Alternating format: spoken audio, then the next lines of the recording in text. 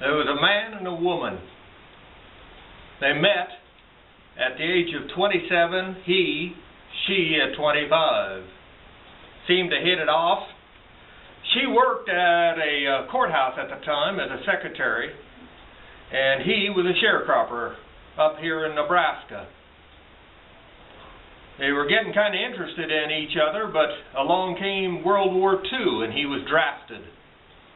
He was one of the first drafted, and in fact it was so close and so much dire need of troops that instead of giving him the six weeks basic training, they gave him 3 weeks, and they said, that's all we can afford. You 5,000 men, get over to Africa. And off they went. Single ship, all by itself, going to Africa. He had a lot of sad and bad stories, I kid you not. But he made it out alive. And back, and they married. Well, they tried to have children. They had 3 miscarriages.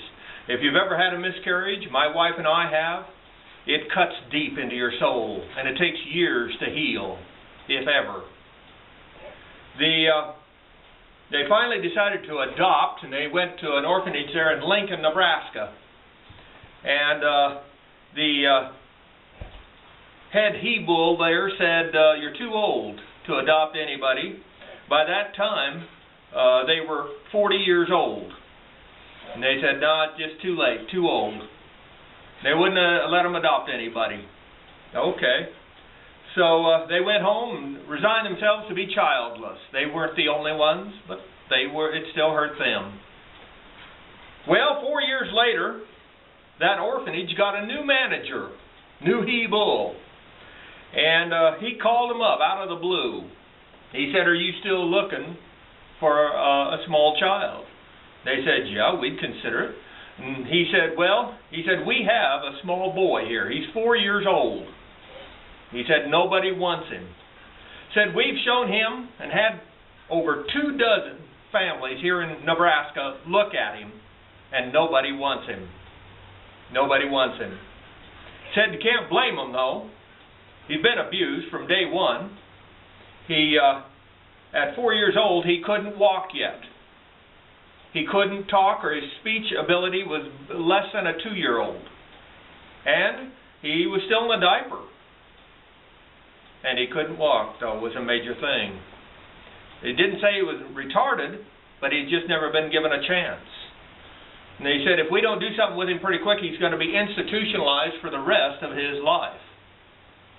And he said, what I'm willing to do is, if you'll take him, come down here and look, and if you like him, you can take him. No strings attached, no paperwork. Just take him and try it. And any day, any time you want, bring him back, no questions asked.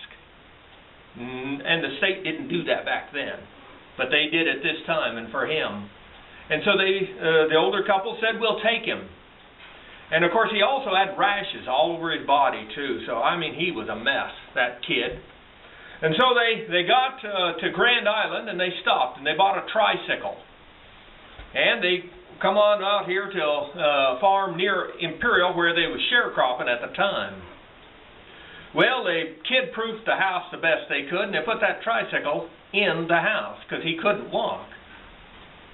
Within a week, they had to put the tricycle outside because he was so fast and crashing into everything that they had to, for their own safety, get it outside. Within 2 weeks, he wasn't walking. He was running. They took him to a doctor in Benkelman. I believe it was a Dr. Batty. And in 1 week, the rashes were gone.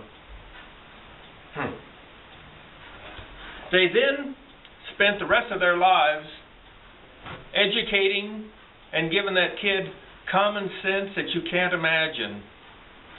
And that kid's grandmother would show up quite often. She was born in 1888. And she saw the world change. And she saw a government that was for the people turn against the people.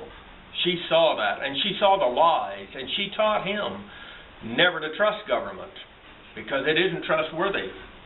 How many lies do you have to listen to before you say no more? But she taught him a lot of wisdom.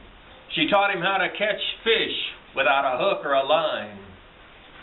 She taught him so many tricks and things to do with herbs, and how to make a wood-burning fire last a lot longer so you don't have to get up in the middle of the night. Lots of tricks she taught him, and he learned them all. And an uncle that taught him how to trap and bring in some serious fur money when he was yet a kid, and teach him to shoot. And his father taught him to throw a knife that he had learned over in Africa, and spin one from hand to hand behind his back. That couple was a blessing to that boy. And that boy, yeah, it was me. Rate this film.